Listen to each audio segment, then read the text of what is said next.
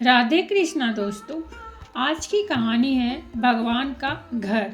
एक दिन एक अमीर व्यापारी किसी काम से एक गांव में जा रहा था।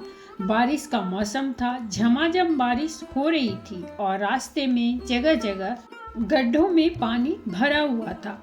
अचानक रास्ते में उसकी गाड़ी खराब हो गई। व्यापारी के साथ कोई नहीं था। उसने गाड़ी सड़क किनारे खड़ी कर दी और किसी वाहन का इंतजार करने लगा, लेकिन घनघोर बारिश और तूफान की वजह से सड़क सुनसान था। शाम ढलने लगी तो व्यापारी को चिंता सताने लगी। अचानक उसने देखा एक गरीब व्यक्ति साइकिल से गुजर रहा है। सड़क किनारे अपनी गाड़ी में बैठे बैठे उसने साइकिल सवार को आवाज देकर रोका और कि कहीं कोई गाड़ी का मैकेनिक मिल सकता है क्या। साइकिल सवार ने बताया कि इतनी बारिश में दूर दूर तक उसे कोई मैकेनिक नहीं मिलेगा। यह सुनकर व्यापारी चिंतित हो उठा। तब साइकिल सवार ने बड़ी विनम्रता से कहा, भाई साहब, अगर आप चाहें तो पास ही बने भगवान के घर में आज रात विश्राम कर सकते हैं। वहाँ आपको रहने की सारी सुविधाएं मिलेगी। व्यापारी राजी हो गया।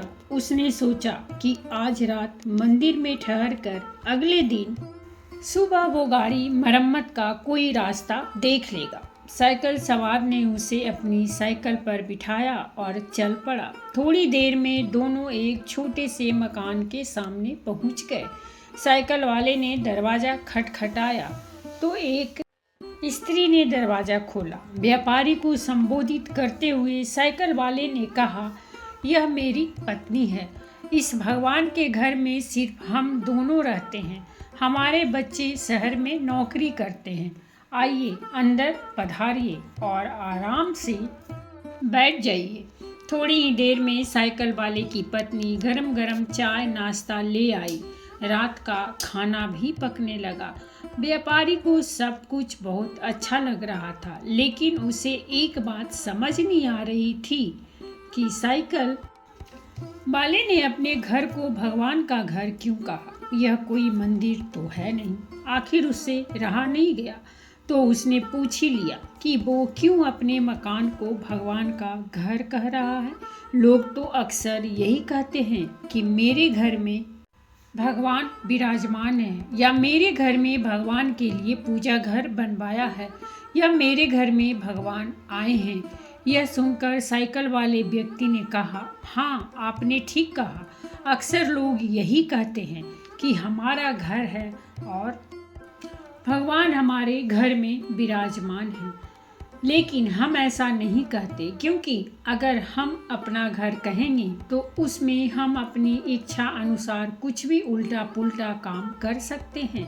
लेकिन अगर हमने भगवान का घर कहा तो हम वहाँ कोई गलत अनाचार वाले काम नहीं कर सकते और हमेशा उन्हीं सद्विचारों में रहते हैं जैसे हम सब मंदिर के अंदर होते हैं। और मज़े की बात यह है कि जैसा कि लोग बोलते हैं कि मृत्यु के बाद हमें भगवान के घर जाना है, तो उस हिसाब से देखा जाए तो हम जीते जी ही भगवान के घर रहने का सुख प्राप्त कर रहे हैं।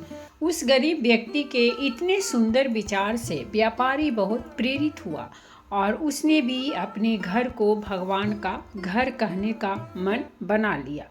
तो दोस्तों, ये थी हमारी आज की कहानी, और अगर कहानी अच्छी लगी हो तो प्लीज़ हमारे चैनल को सब्सक्राइब कीजिए, वीडियो को लाइक और शेयर जरूर कीजिए। कहानी सुनने के लिए बहुत बहुत धन्यवाद।